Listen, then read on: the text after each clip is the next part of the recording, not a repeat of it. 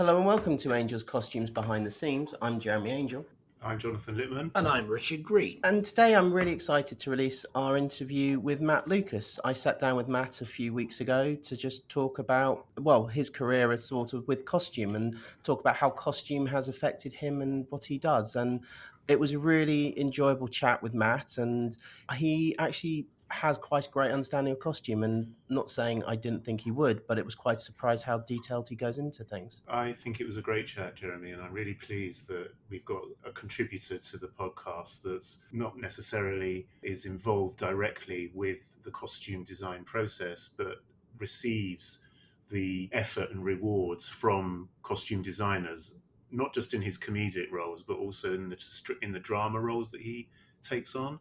And he is cast as the kind of persona that he best represents, which is usually in quite eccentric roles that therefore demand that extra caricaturing. And I just always admire his process, and I like the way that people are able to work with him.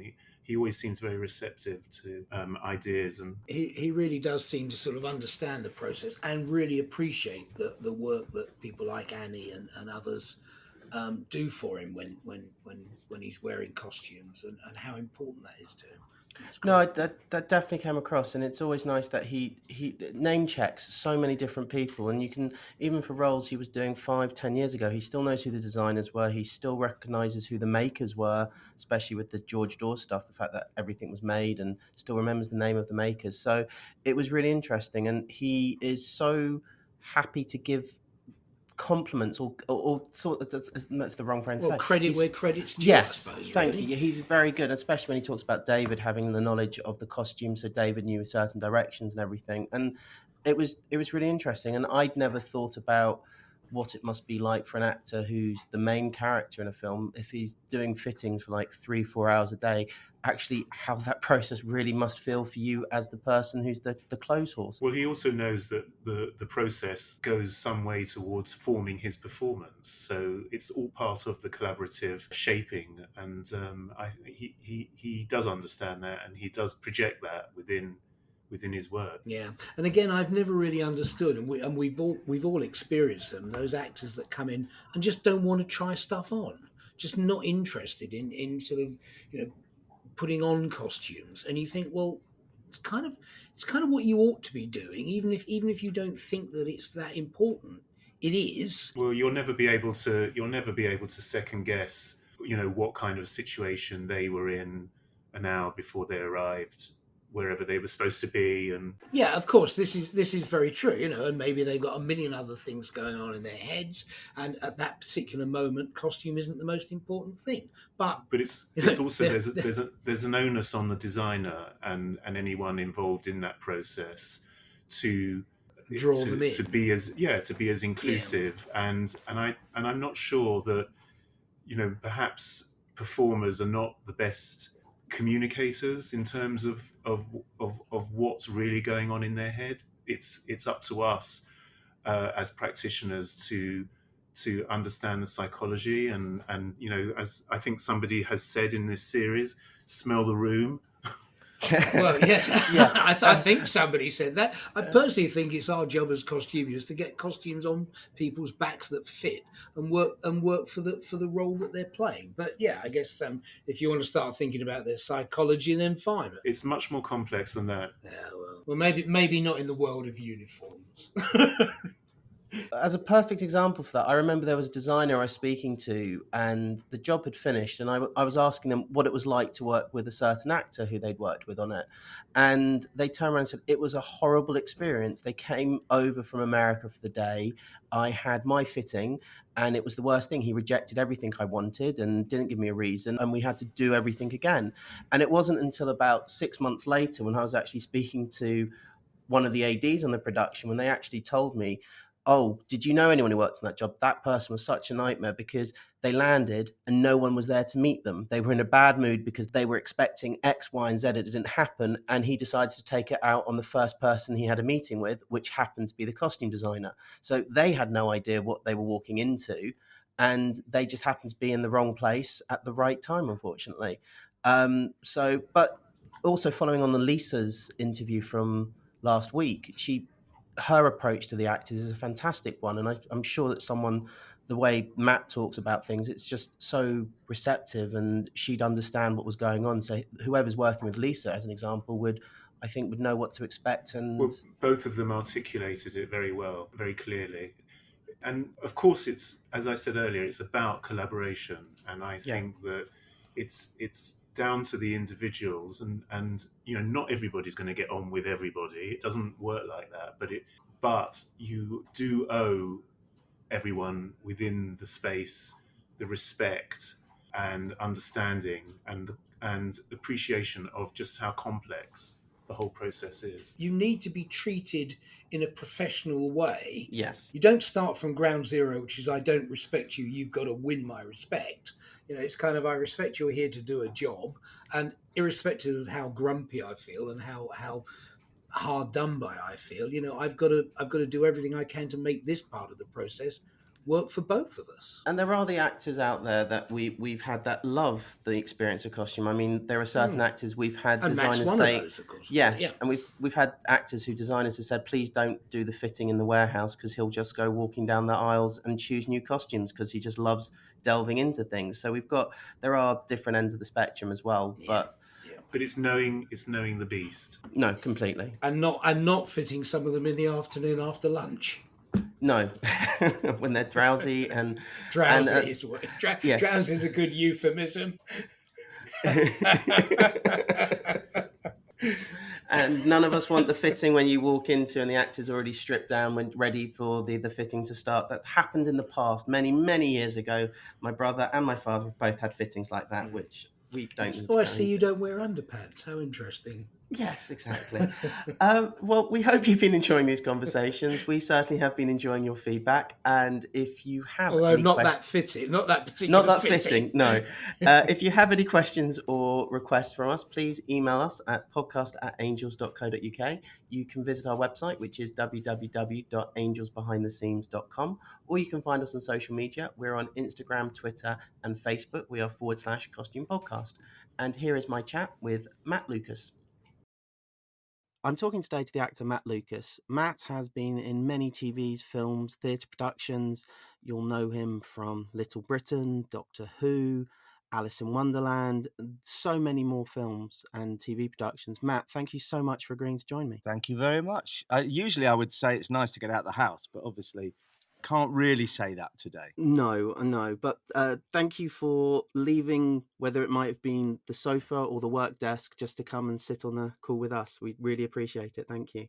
My pleasure. So the point of these podcasts, Matt, is we're talking to people within the industry about costume. We think costume at times doesn't get the recognition it deserves. Sometimes people they don't realise what they're seeing or the work that goes into costume. And also we're trying to help educate people on how costume works, the industry, with the designers and supervisors we're talking to. They're talking about how they get into costume and the training that exists and advice they could give to people who want to come into the industry. And what I was hoping to be able to do with you today was to get the actor's perspective and also the writer and creator's perspective of costume, and when that comes into the whole process with everything. And I think it's a side of things we don't often get to talk about with actors. They come in, they fit, they leave. So I really appreciate being able to sort of hear your view of things. Oh, well, it's very nice to be asked. Costume is a huge part of what we do in terms of film, TV, theatre. Not so much radio, I'll be honest. It used to be. Really? Tell me more. For example, when they used to have on like the Goon Show, the Navy Lark, and all the real classic BBC comedies and things, they used to have live studio bands, and they were all dressed in costumes. Some with a Navy Lark, you just need to look at some of the performances they did. They're actually in costume, and things like the Archers and stuff like that would use boots and stuff like that for the effects and other things. So costume used to be used in radio many, many moons ago. Well, we've missed a trick there when we did Little Britain on radio. No, it's a huge part of what we do. I think costume and makeup, I always think of them together. They're massively important in. I mean, have a look at, if you look at a sketch show like Little Britain, then have a look at a sketch show like Saturday Night Live in America. where everything is. This is not a criticism; it's an observation. Everything is scrappier, isn't it? The wigs are not human hair. The costumes are just very quickly. You put them on, you take them off quickly because they have to hurriedly change into another character. And I think in the UK, particularly, we do see costume as an art in its own right, in comedy certainly. And we were lucky enough to work with Annie Hardinge on Little Britain, who has such a brilliant eye. And on Shooting Stars, I worked with June Nevin a lot. And, designing romper suits and baby crows that I would wear. They were designed? Oh, yeah, of course they were designed. And they were made by a lovely lady called Pat Farmer, who was very nice. But for some reason, I would always end up standing on a pin and yelling. Because there would be pins on her floor, but very nice, very resourceful, very inventive, and all of those people are really instrumental in the success of those shows, because television is so competitive. People can just switch over the channel and watch anything else, or they can look down at their phone. There's all sorts of things they can do. So you need to arrest them when you have a show. You need to really grab them. And you need to communicate things really, really quickly. And I remember David saying early on in the pre-production of Little Britain how he wanted our characters almost to be like cartoon characters or comic strip characters in terms of how they looked. So Vicky Pollard, the teenage delinquent, in her pink outfit was, became iconic. Marjorie Dawes in her blue outfit. We went for bold colours and bold looks there, but still with a degree of naturalism that maybe you don't find in something like Saturday Night Live, for instance. A degree of truth and reality, and I think when you're working on a show, you realise how good your costume designer is when you go and work on another show when your costume designer doesn't get what you do, and is presenting you with lots of different options, and you don't feel that any of them symbolise your character. And then you realize, oh wow, Annie Hardinge really, really, really understood what we were doing here. And it helped, I think, on Little Britain as well, that David has just a far greater knowledge of sort of clothes and fashion than I ever did. And his he had more references. He knew of more designers and more periods of different movements of design and things like that. So he was always very good at being able to articulate what he felt a character should be wearing, or even how they should be wearing a certain piece of clothing. We also had my understanding was that your place back when we were making Little Britain, you tended to do with Hire. You tended to do a lot of period stuff, and then a lot of uniforms and things like that. Am I right? Things like medical uniforms, police, and then a lot of period stuff. And Little Britain was all set in the modern day.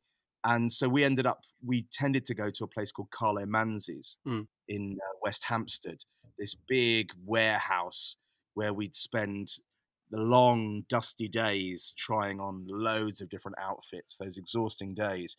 And what really, really helped was Chris, who worked there, and Annie Hardinge, how prepared they were, and how they already had a ton of things ready for us to try on. But it also there was nothing like going into this almost cage where they would keep piles and piles of caps, and you try and find a cap to wear for your character. But things change now, because I remember there was some sort of moment happened where you like if you found something with a great logo on it, you can't now wear it on a lot of TV shows. No, there's like some massive studios have like 5 rules. They've got to be 5 main differences between any logo or symbol to the official one before they'll use it. Right, and so that was a shame, because sometimes we'd find something that we absolutely loved, and we'd be told, the BBC lawyers are saying you can't wear that. It was weird. You'd find a really vintage sort of, you might find a T-shirt with a cartoon character from 30 years ago that would be perfect for your character. And no, sorry, you can't wear that, which would be frustrating. But we would make mood boards up. And I remember there was a Time Out magazine cover. They did a Time Out magazine about, the London listings mag, but they did an issue about going to Brighton. It was a Brighton issue. And on the cover were these two really sort of fierce, assertive looking teenage girls with a lot of eye makeup and big earrings. And me and David loved it. And we always kept the cover. We always thought it was a magnificent photograph. And we always handed that to costume and makeup and said, "This is Vicky Pollard." And so, we've been very lucky to have brilliant costume and makeup people around who could work with us, present ideas. And like I say, you don't really realize how good they are until you work with someone who isn't good or who isn't on your wavelength. And then you go, oh crikey, okay. Because you just end up having to do all that work yourself. And you never do it as well as a great costume designer. But years later, when we did Come Fly With Me, we spent a lot more time at Angels because we were working with a lot more uniformed characters. But has your inventory changed over the years? The stock's always growing. I mean, we add all the time and buy collections. I mean, we purchased the BBC costume department, and really, I think the main motivation for the BBC was the 60s and 70s. Their department was incredible. That's a story for another day of why it was so good. But once we purchased them, our 60s and 70s grew. With contemporary, it's an interesting one. Jonathan, who's one of the other hosts, he created the contemporary department in the early to mid 80s, and we've had it since then. There's always been, Angels are good at this and so are good at that, and that's all it is. We carry everything, really, and we have a large collection. But no, there's some people who believe we didn't have a contemporary department and still don't believe we have a contemporary department, but we definitely do. The stock is always evolving and changing, and Daniel's always moving things around and creating new areas. We've got an amazing cage now with just like the most beautiful fashion items you've seen. Like half the people who are into clothes would love maybe 10 minutes left alone with a bag just to go nuts in that room, because some of the labels in there are incredible. So no, that has all changed, but we've still got the military and the uniform and the period and the civilian uniform as well as the military uniform. Can I ask you a question? Go on. Yeah. What is the most expensive item to hire? Ooh, I mean, one of the ones we always point to are the bearskin hats that the guards would wear, because sadly some of them, the original ones that we've got, are real fur, because that's what they were originally, and you can't get those made anymore. So if you hire one of those, the insurance on those is huge just because they're almost irreplaceable. I'd probably say now the dress that was featured in the crown for the coronation, that will probably be one of the most expensive pieces, because it's a complete one-off dress. It's a replica of the Queen's coronation dress, has 2,000 hand-attached beads on it, and it's the most delicate, beautiful costume you've seen. So that one will probably be one of the most expensive to hire. It's below your size, I'm afraid. I can't believe that you've given away that the Queen has a coronation in the crown. That's a real spoiler. I know, I'm sorry. With Jeremy. one of the comments you made before with the Saturday Night Live and the costume quality and stuff, it is that's completely true, and it's also used to great effect by them, because that's part of the joke, that they do look so bad. Completely agree with you, the difference in the costume quality and everything. It's really interesting. The designer thing, my grandfather used to always say it takes the bad jobs to make the good ones good. So it's nice to hear you have the same mentality with designers. Definitely, and I also just think the general aesthetic of a Saturday Night Live sketch is unapologetically in front of an audience on a set that's going to be dismantled as quickly as it was put together in a few seconds to allow another set to be erected during a live broadcast. And so the lighting is not subtle, the costumes are not subtle, and they're not intended to be. I mean, that's its remit, is to sort of to keep you aware that what you're watching is live. So I'm sure that's been very much thought through. That sort of sketch shows never really worked over in the UK, or UK versions never sort of broken through with that sort of thing. All the costumes seem to be, the way they look is much different over here. Our sitcoms and our comedy sketch shows are completely different from SNL and all the American ones. Yeah, I think American sketch comedy traditionally is born out of live television. Our sketch shows like Python, The League of Gentlemen, The Fast Show, Little Britain, somebody's sort of gone away somewhere and just made 6 episodes, and and gone on location and all that kind of stuff. But we were influenced quite a lot by Martin Parr photographs as well when we were doing Little Britain. And so we tried to find authentic and truthful costumes and then just sprinkle a little bit of silliness on them as well.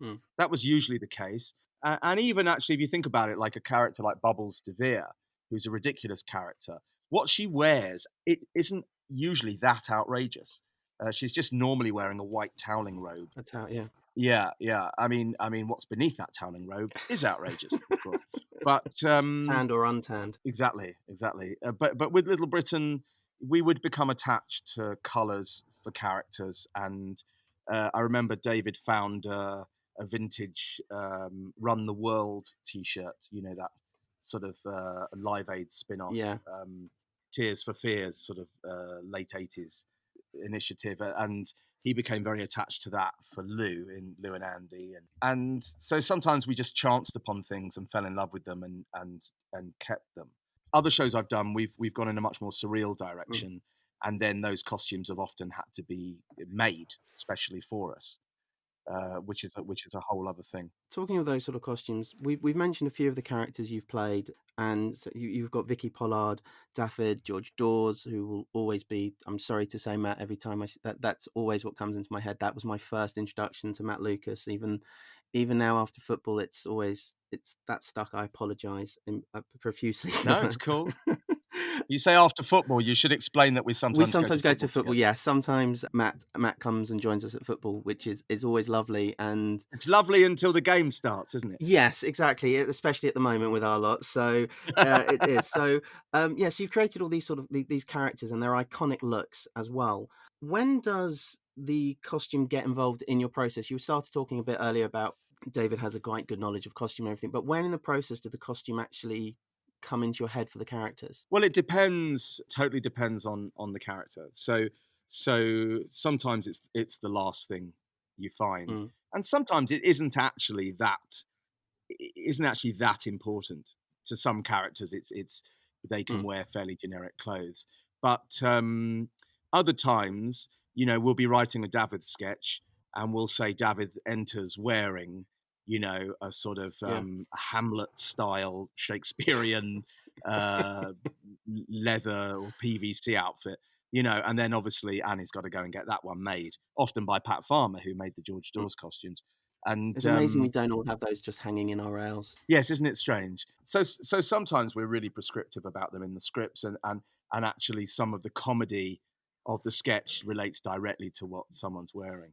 I remember I did notice one other thing in America, which was interesting, which was that when I lived out in the States for 7 years, and when I was appearing in, say, a network sitcom that was, contemporary, I'd arrive for the costume fitting, and there would literally be a rail full of clothes that had been bought that week from Target, and I would just try them on, and whatever sort of fitted me, and that's tended to be what I wore.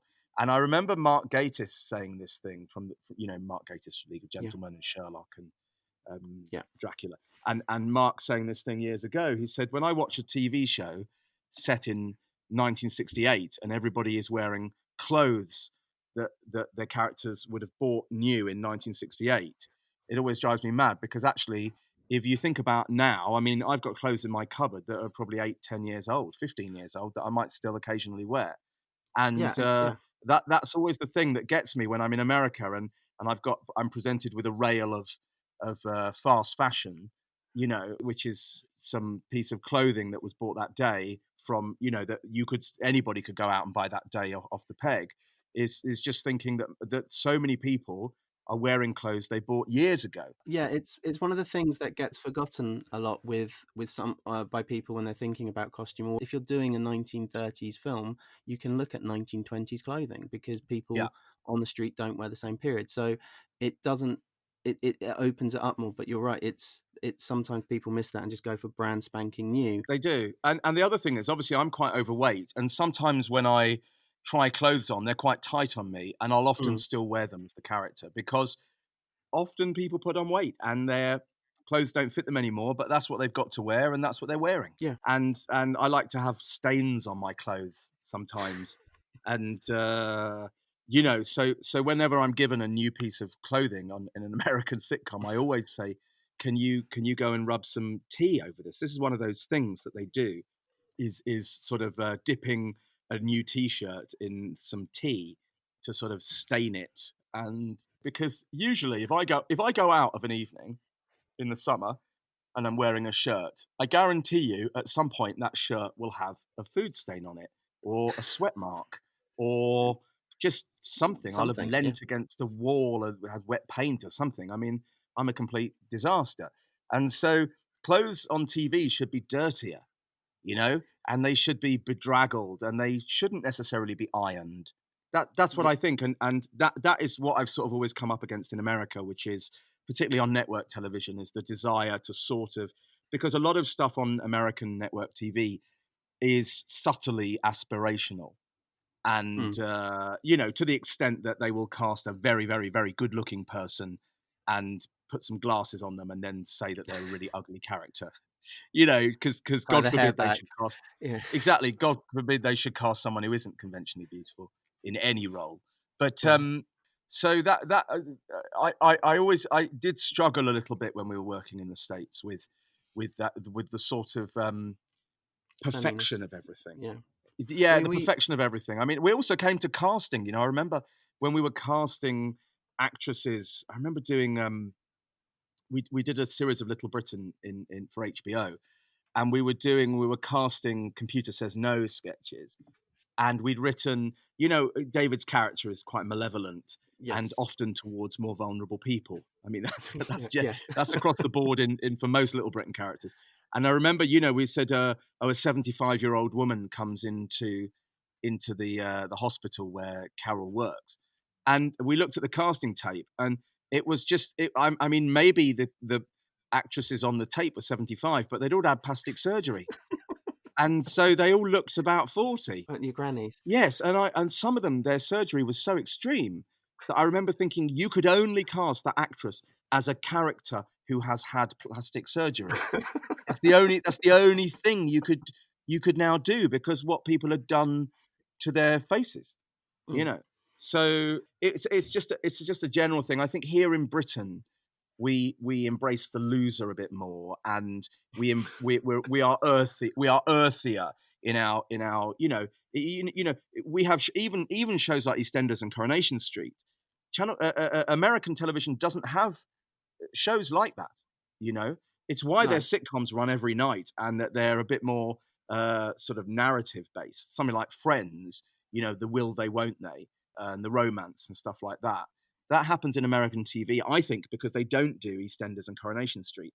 So their sitcoms almost become like soap operas of an Yeah. evening. And so it means that everything gets a bit sort of flattened out a bit. And I'm not sure I would be able to massively distinguish which costumes are worn by which characters in Friends.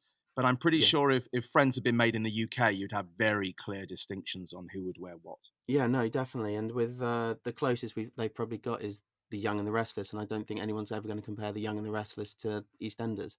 So No, they're kind of different genres, really, Yeah. aren't they? They have different Yeah. purposes. But so that I suppose generally, if we weren't doing something utterly surreal like David wearing, you know, a really bizarre PVC outfit, then we were trying to do stuff that was a bit more kind of real, I guess, and lived in. yeah, Yeah. lived in. I think that's a good way of looking at it. Yeah. With the designers, how closely do you work with them on Little Britain? You and obviously Come Fly With Me. You worked with Annie Hardinge. How close do you work with the designers once they're on board, or how much input are they allowed on the characters that you've created? Well, I mean, the characters are being created sort of in real time, and they're involved in that process. I mean, they don't, you know, and I talk about Lisa Cavalli Green as well, who did the makeup for Little Britain and Come Fly With Me. They don't really necessarily have an impact on what goes on in the script, and they don't necessarily have an impact on the performances, or even necessarily where the cameras are or the lighting. But sometimes a costume can unlock something in a performance or a character, And they are often, I mean, look, it just varies from character to character. Sometimes we know exactly what we want a character to wear, and we send a photograph and we say, this character should be wearing this. And it might be inspired by an outfit that we've seen on TV, and we just go, they wear this. Can you go and get a version of this made, please? And other times we just go, we don't know at all what they should wear. What do you think? And they create the look. It just depends character to character, really. You don't want anything that distracts from the comedy. It wants to be funny, but it needs to facilitate the comedy. But you do want a sort of consistent tone across the series. You don't want to have some characters in prosthetics. I'm talking about makeup here, but if some characters are prosthetics, but others are just really, really clearly sort of terrible wigs and sort of stick-on beards that you can see they're sort of falling off. That's a strange mix of styles that wouldn't really help the identity of the show. So you need to figure out a style. But like I say, that kind of slightly kind of hyper real style was what we would always go for. Nothing. It wasn't radical. It wasn't radical. We it was just kind of natural.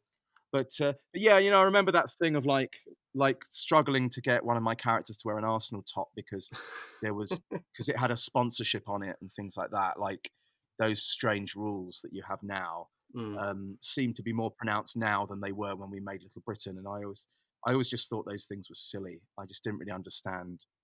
I didn't really understand them, and often those rules are put in sort of in advance of some offence that may be taken, that almost certainly won't actually be taken, and so that people are timid like that, and that I find that it's not always sort of conducive to creativity. But you also have to choose which battles you're going to fight, and if someone says sorry, you can't wear that shirt because it's got a logo on it, you've got so much to do on a show, you just change something.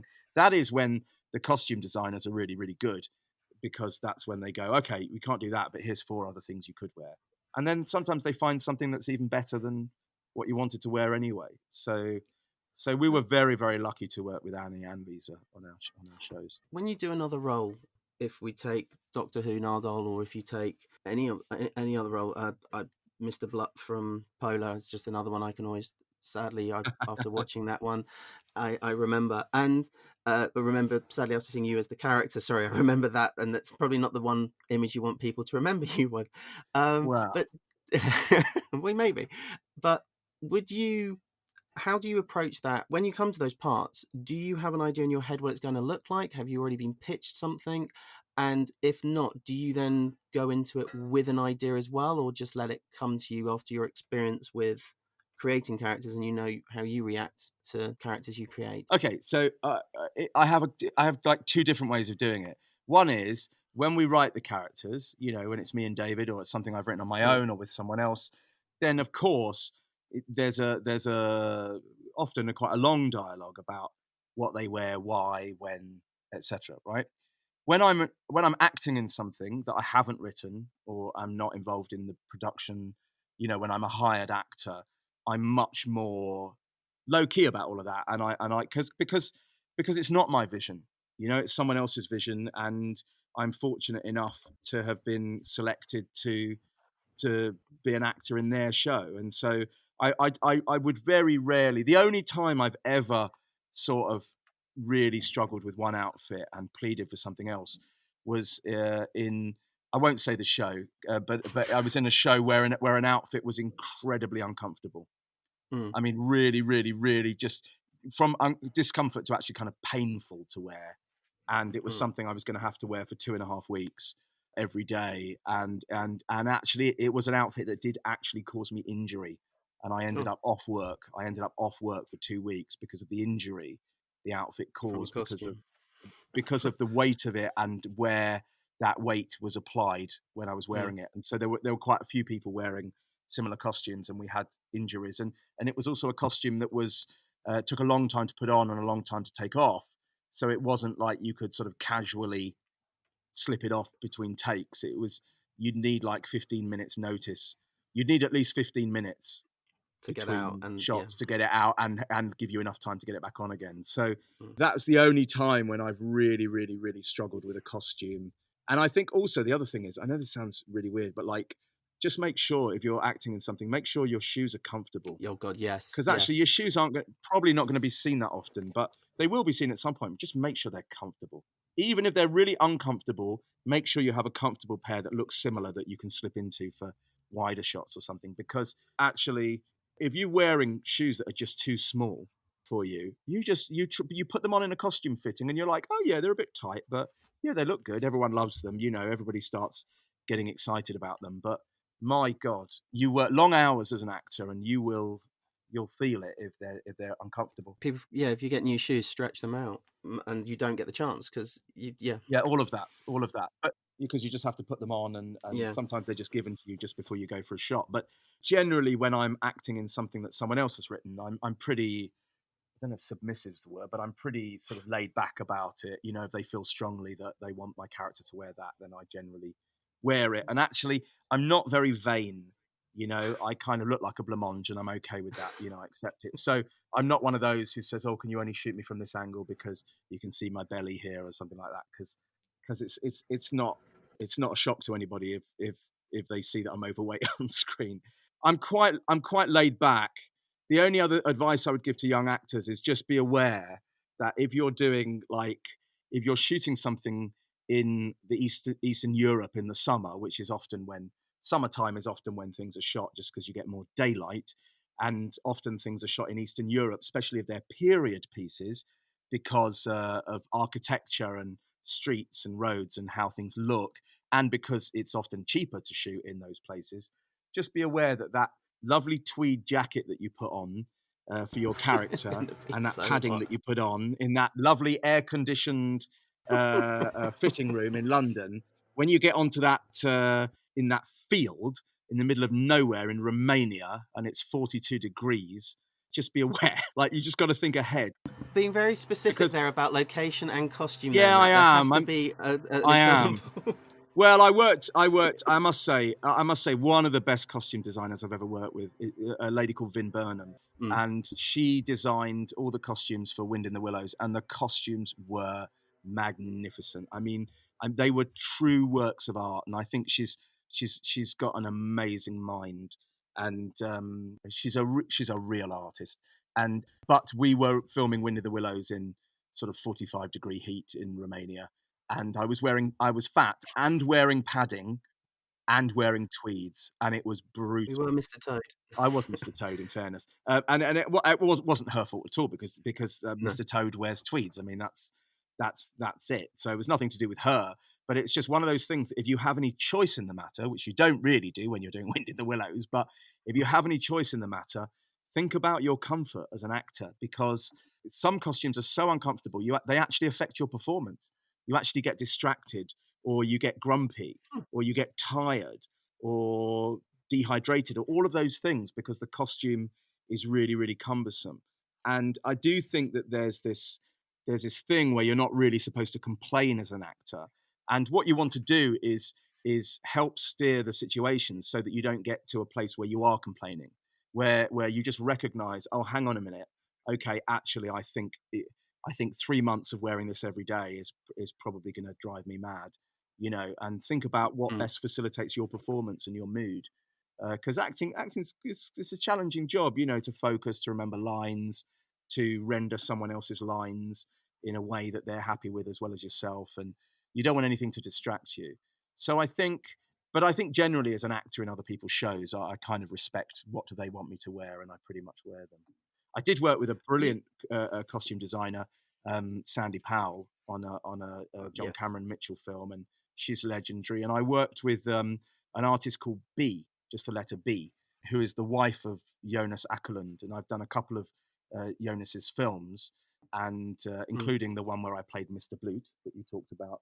And she designs clothes for Madonna and Lady Gaga and Beyonce, and she's one of the great fashion designers of our time, but she tends to design costumes on Jonas's movies, and so it's great to work with her because her ideas they're not like anybody else's. So I generally really enjoy going onto a show, because that's the other thing is, when you're an actor, one of the fun things about acting is playing a character who's not like you and who does and says things and thinks things that you wouldn't ever think, because it's just fun, isn't Yeah. it? It's just like, it's what you did in the school Yeah. playground, really, in games, right? And it's similar with costumes. You know, sometimes it's fun. There are things that I would never dream of wearing. I'm quite a dull conservative dresser. So there's things I would never dream of wearing, but as an actor, I get to wear them, and they're insane. And it's just fun. Sandy, we've just actually just interviewed Sandy. Really, really good chat with Sandy about her entire career and everything. We didn't touch too much on how to talk girls at parties, but she's a phenomenal designer. So it must have been fascinating to sort of be a character for Sandy as well after hearing her process. Yes. And on Colleen Atwood, I worked with on a couple of Tim Burton Alice in films. Wonderland. Yeah, Alice in Wonderland, and well, actually, the sequel as well, which Tim produced but didn't direct. But that was also, even though I was actually wearing green bodysuit because of green screen in the first one, and a blue bodysuit because we switched to blue screen in the second one. So I didn't actually physically get to wear the clothes, but in the finished film, I'm wearing her designs, and I was, I was chuffed to bits about that, because she's another great artist. She's phenomenal, and Colleen, Sandy, two of the top designers around today. You've mentioned when you have fittings and everything, a lot of people say when the actors have the fitting for the first time or put the costume on, that's when they realise the character, or then that's when it becomes the character comes to life for them. Is that actually true for you guys, or how does the costume help you realise your character, if it is? Well, in the fitting room, usually, again, it depends. If it's a show like Little Britain or something me and Dave have written, then on any one given day, we might be trying on 20, 25, 30 different costumes. You know, we might have to fit 20 characters that day, which is more than 20 costumes, actually, because you might be trying 3 or 4 different things. That's a long day of fittings. Yeah, and so you're in that pre-production mode where you're in a hot room, again, early summer usually, because you're shooting in summer because of the daylight, longer hours. You'll be in some hot, windowless, warehousey type place, whether it's yours, Carlin Manzi's, wherever. I used to go to a place called The Business, run by a lady called Bronwyn, or the old BBC costume store, which was nearby, North Acton. And you're busy. Your mind is busy, because at the same time, emails are coming through saying, oh, this actor is actually not available for that sketch, and oh, we haven't got the budget to make that prop, and oh, we thought we were going to shoot on this day, but now we haven't been able to get into that location, or actually, would you be able to recast this to incorporate that? And this actor said they'll do it, but only if you change this bit of dialogue, because this. And so you've actually, at the point that you're trying costumes on for Little Britain, you're really, really, really busy doing a million different things. You're right in the middle of multitasking. And so I don't find in those scenarios the characters are coming alive. Similarly with makeup, you might sit down and you might try 30 wigs on in a day, or 40 wigs. So you're also just a bit frazzled, because you're trying to think about so many characters, and then you're trying to think, hang on a minute. Because in Little Britain, in a series of Little Britain, we might play 30, 40, 50, 60 characters, because we're not just playing our signature funny characters, but if there's a computer says no sketch, I'll be playing, the bloke who walks into the bank. If there's a I don't know, a Vicky Pollard sketch, David is playing the man who works behind the bar in the pub. And you also have to find distinctive but not scene-stealing outfits for those people, and wigs for those people. And sometimes it's the same wig, but the makeup artist says, I can do something else with the wig. I can use the same wig, but I can style it like this. I can dye it, I can refront it, I can do this and this and this. And actually in America, it's even more complicated, because makeup and hair are usually 2 different people. Yes. So then you're not even doing a makeup test at the same time that you're doing the wig test, because so when you're doing that, there's so much going on, and you're getting notes from the network about, oh, they've actually decided they think that's too rude, and this and that and the other, right?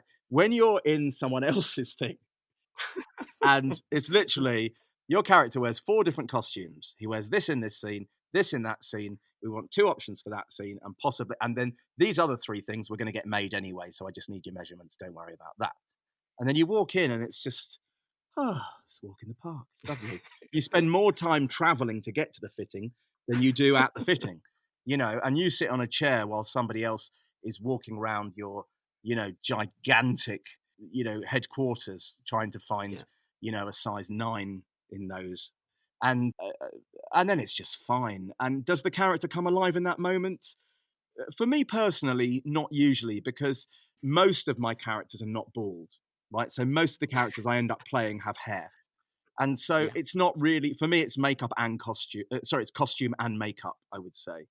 It's once I've got all of that, that I might look in the mirror and, and that prosthetic nose has been done. And then I might start to figure out the voice and go, oh, okay, it's this, it's going to be this. Oh, that's funny. Okay, let's try this. But you also then have to see what the other person's wearing to make sure that you're not sort of duplicating, replicating, or at odds with each other. Or, it's a business. It's a business, I tell you.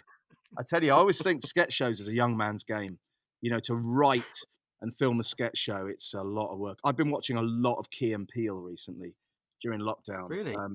Oh yeah, and I think they took sketch shows to the next level. They had a 5 or 6 series on Comedy Central. They're a double act. They are just phenomenal. And of course, they've both gone on to have amazing careers apart as well. Jordan Peele, of course, wrote and directed Get Out and other things as well.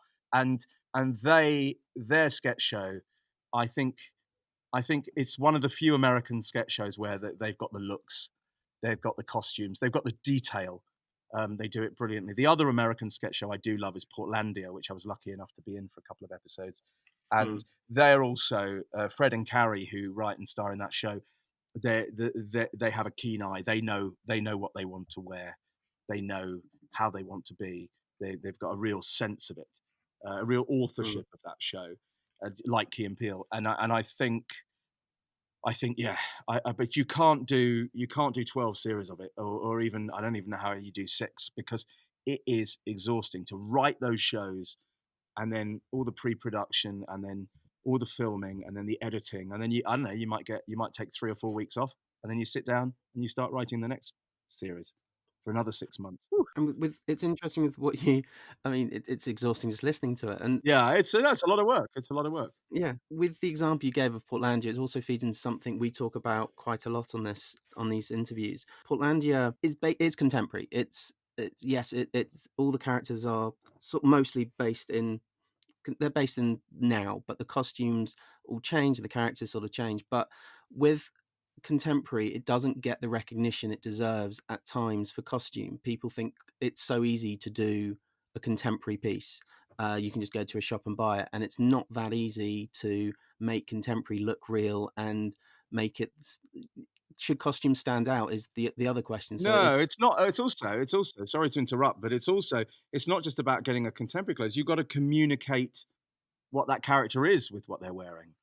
So it's all very well to go, okay, this character lives now in the modern day, therefore just go to Next and buy a T-shirt. But are any of the T-shirts in Next gonna? I mean, God, it's hard enough shopping for ourselves, isn't it? Even in the high street, to walk into Gap and think, oh, do I want to wear that or not? So to have to you get one shot at establishing a character in that one scene, or those 3 scenes. So it's not easy. That's why I think the costume designers are such and makeup designers are such a huge part of the creation of great comedy. So we've not that I've created any great comedy. We've discussed a lot of film and TV programs you worked on, but you are also very big in theatre. You do quite a lot of theatre productions. You're currently on the Les Miserables, which has just been released as well, which people can download and watch at home. Yeah, I was in the staged concert of Les Mis last year. Yeah, and you can buy you can watch that on Amazon and iTunes and all of that, with Alfie Boe and Michael Ball and all those people. Very nice. I know just in one of my family members' households that has been watched at least 5 or 6 times. Oh wow! Emma is a big fan. I haven't seen it yet. I should probably watch Emma it. can give you a review if you want to know what happens. You're down. I'm down for that. So you've done a lot of theatre as well. Little Britain, as you said, you got Les Mis. You've done Prick Up Your Ears. You've done Me and My Girl. Just there's quite a lot you've done. Is there a difference for you in the costume between theatre and film and TV?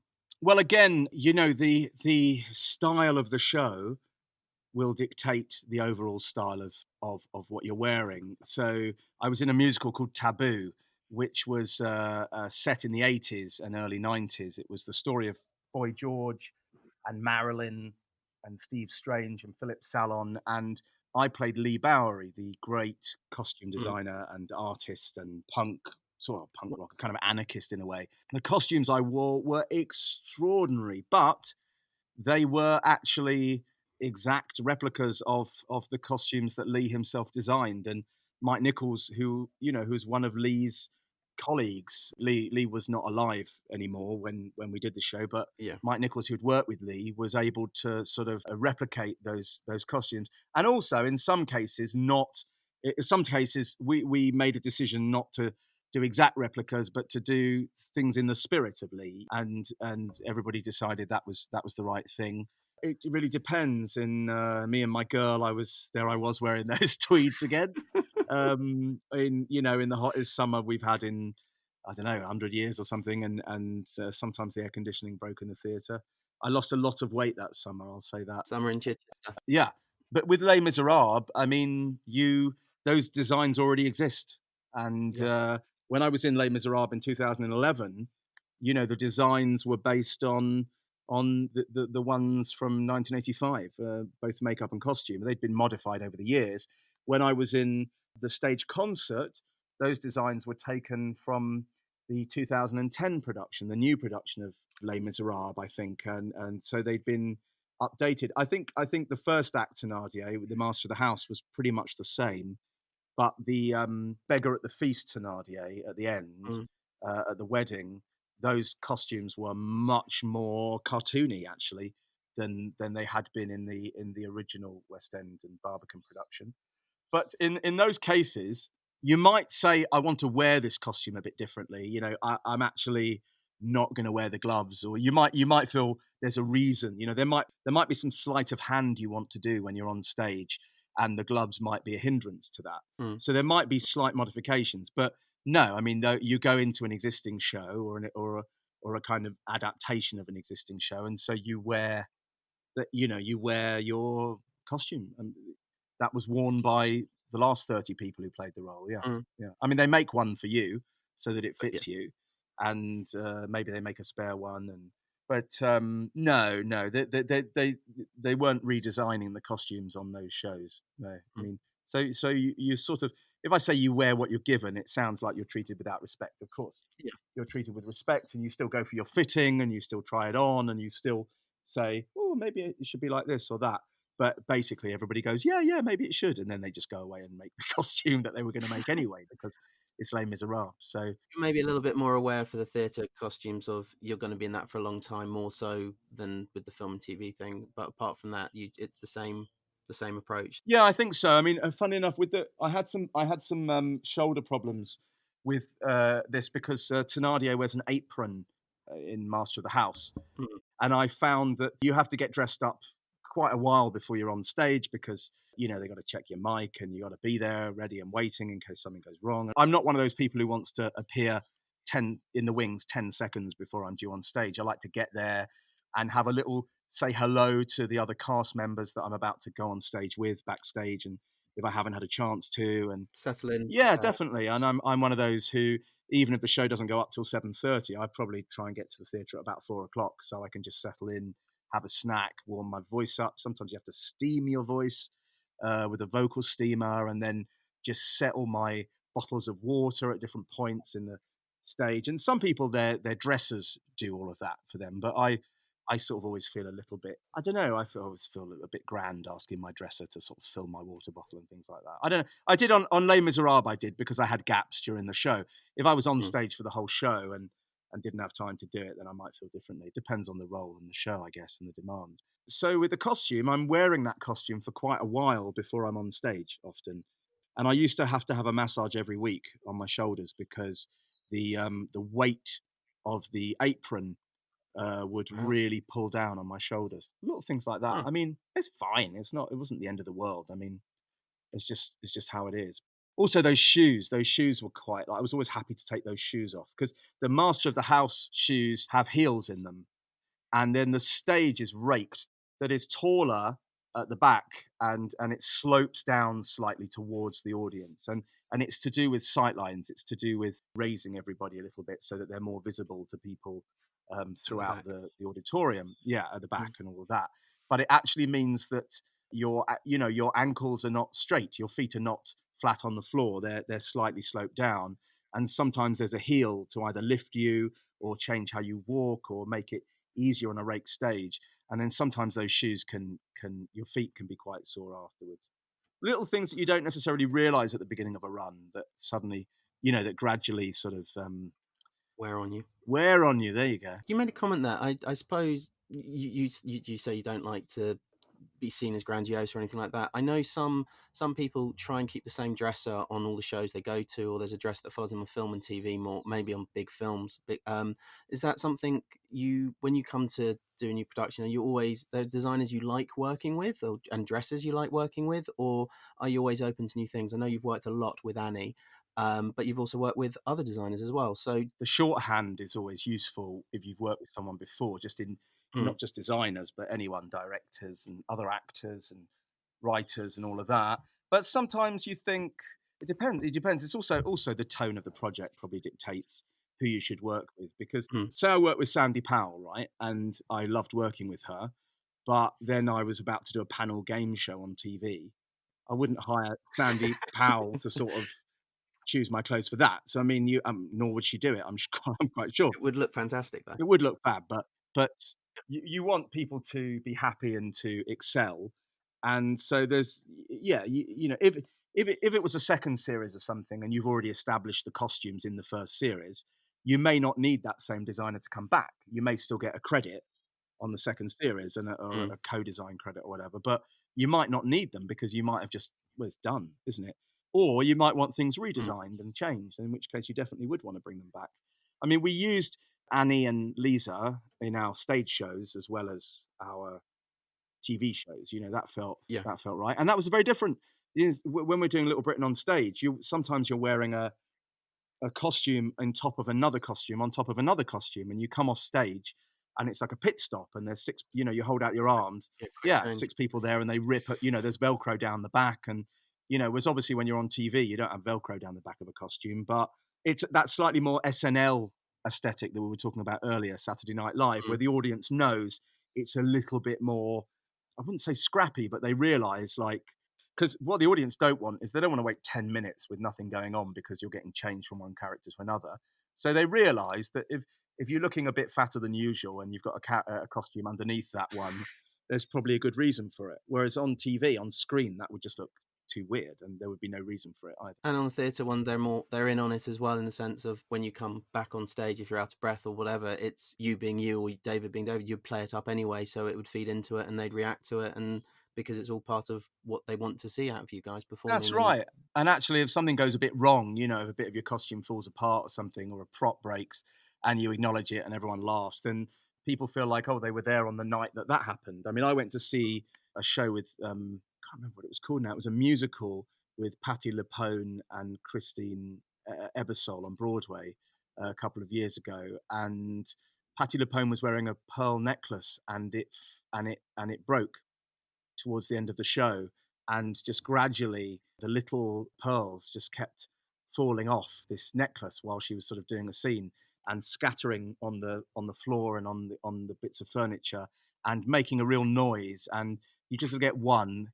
And it happened once, and then it happened again, and it happened again. And there was true hysteria in the theatre. And then just right towards the end, there was one that just had landed in her cleavage, and then it slipped out of her cleavage later on onto the ground. And I mean, it was, and they finished the show in hysterics.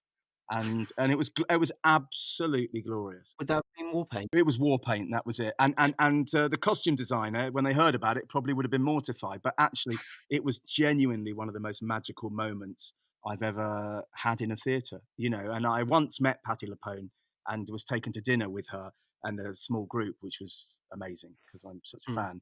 And I told her that story. I said, I came to see Warpaint the night that happened, and she shrieked with laughter at the memory of it because I was thinking, does that happen before or after? And she said, no, that was the night it happened. And then she told the whole story of what she was doing, and it was just one of those really beautiful alchemies where the pearl would drop at exactly the right moment for a huge laugh. And I mean, you couldn't have scripted it, you couldn't have engineered it.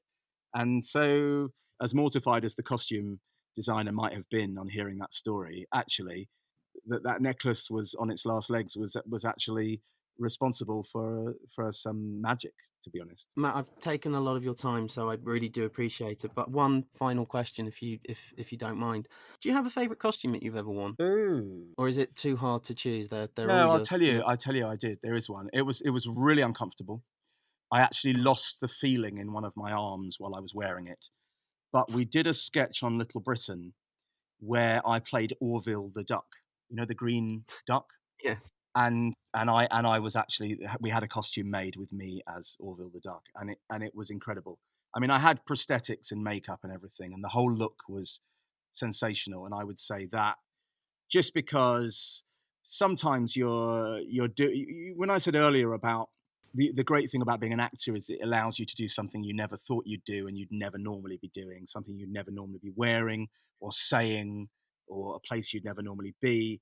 And it was just one of those moments. You wanted to be a 6-foot green duck. Yeah, and we had to be quite cloak and dagger about it because there was always paparazzi around, you know, trying to snap us, and we really, really wanted to keep that secret because it was such an extraordinary look and an original idea and quite an unusual sketch for Little Britain. Yeah.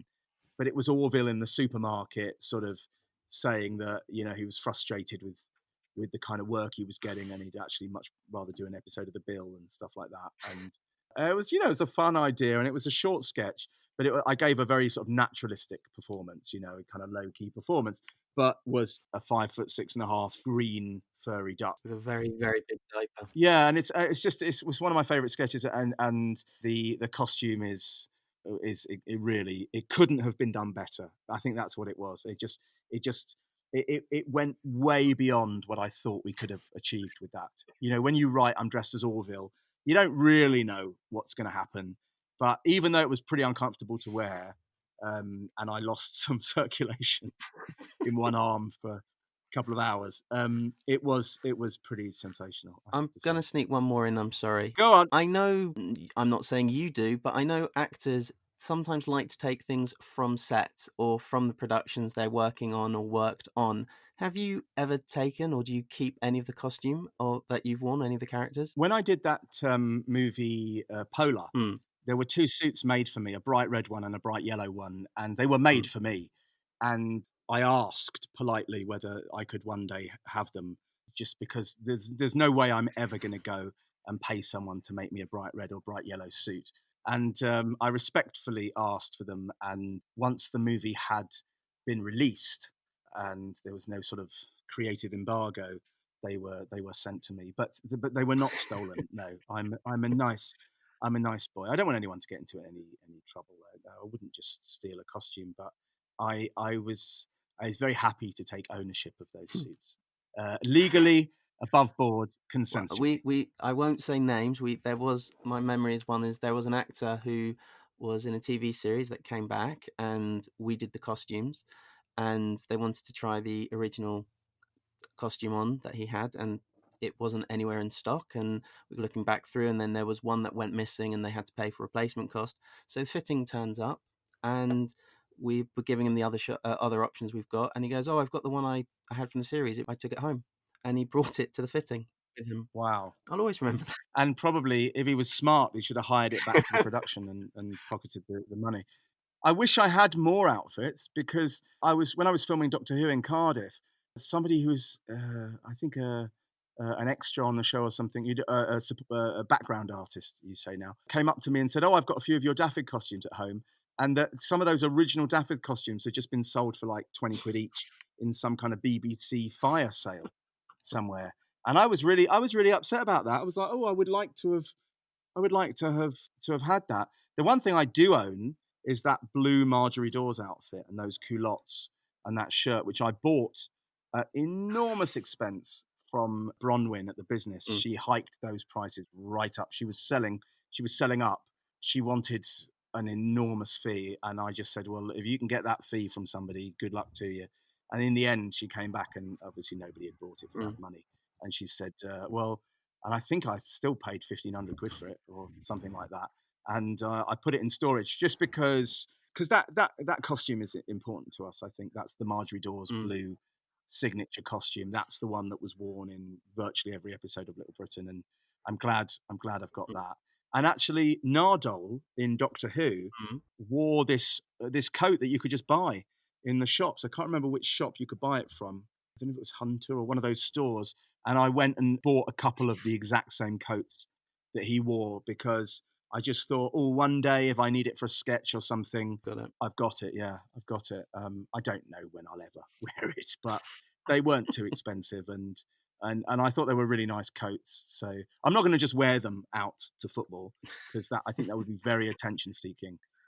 It's like literally I've gone to football as a Doctor Who character. Be some surreal moments for some of the fans sitting around you if they're Doctor Who. Yeah, exactly. I've decided in my life not to be a thief. Well, Matt, thank you so much. That was fascinating. It was amazing to get the actor's point of view and also the writer's point of view of costume and where it comes. But it was just nice to have a chat. So thank you so much for agreeing to do this. Oh, thank you. It was a pleasure, and love to you and your family. That was my conversation with Matt Lucas, and we now all know if you're going to be doing a film in Eastern Europe in the summer, don't wear tweed. So no, that was it was a lovely interview. It was great to speak with Matt. So I hope everyone enjoyed that. Work it out on the designer or the production. No. If you're put into tweed and you've gone through a fitting process and not said anything in the fitting process, and which you is part of the collaboration, and you haven't been collected from the airport. No, exactly. And as if we planned this, the interview we're releasing next week is Richard's conversation with Annie Hardinge. Yes, as if we planned it. Who would have thunk it, eh? Annie Hardinge. Yeah, Matt actually obviously mentions her because Annie and he are integral to the process. Yeah, indeed. And we wanted to speak to Annie obviously because again, like everybody we talk to, they have an interesting story to tell and also coming at it from slightly different angles. So it's I think it's a good interview. I think it's a nice one. And our first Scottish designer. Indeed. Yes. We've now had Welsh, English, Scottish, and American. So we're getting around the world. It's just the Irish. Well, actually, I've spoken to a couple of Irish people. They haven't come back to me. I must give a nudge. Anyway. And here is a small sample of Rich's conversation with Annie Hardinge. Do your research, know of all there is to know, then put it away. Put it away. Don't look at it. Use what you've learned. Take the essence of what you've learned and apply that to your designs. Don't just go through a reference book and copy things. Get to the essence of the character. And that's what I do. You know, interpret it in your own way.